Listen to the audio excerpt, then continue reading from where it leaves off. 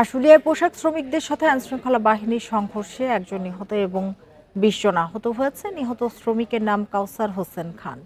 দুপুরে টঙ্গাবাড়ি এলাকায় Mondal NEET wire কারখানার সামনে পুলিশের সাথে শ্রমিকদের সংঘর্ষ হয়। এ সময় বিক্ষুব্ধ শ্রমিকরা আইনশৃঙ্খলা বাহিনীর সদস্যদের বেশ কয়েকটি যানবাহনে ভাঙচুর চালায়।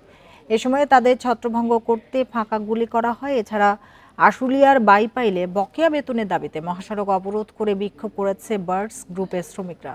এ সময় নবীনগর চন্দ্রা মহাসড়কে দীর্ঘ সময় যান চলাচল বন্ধ থাকে।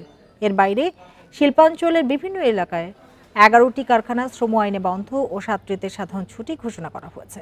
বাকি সব কারখানায় উৎপাদন চলছে স্বাভাবিকভাবেই।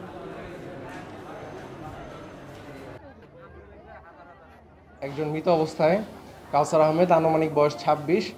ওনার তলপেটের বাম সাইডে গুলি লেগেছে। আমরা মৃত অবস্থায় পেয়েছি। আর বাকি দুটো যে পেশেন্ট নয়ন এবং রাসেল, নয়ন যে পেশেন্ট, ওনার বুকের ডান সাইডে গুলি লেগে বের হয়ে গিয়েছে। আর রাসেল যে পেশেন্টটা, ওনার বুকের মাঝখানে গুলি লেগে একটা পিছন দিয়ে বের হয়ে গেছে এবং পেটে একটা গুলি লেগে পিছন দিয়ে বের হয়ে গেছে।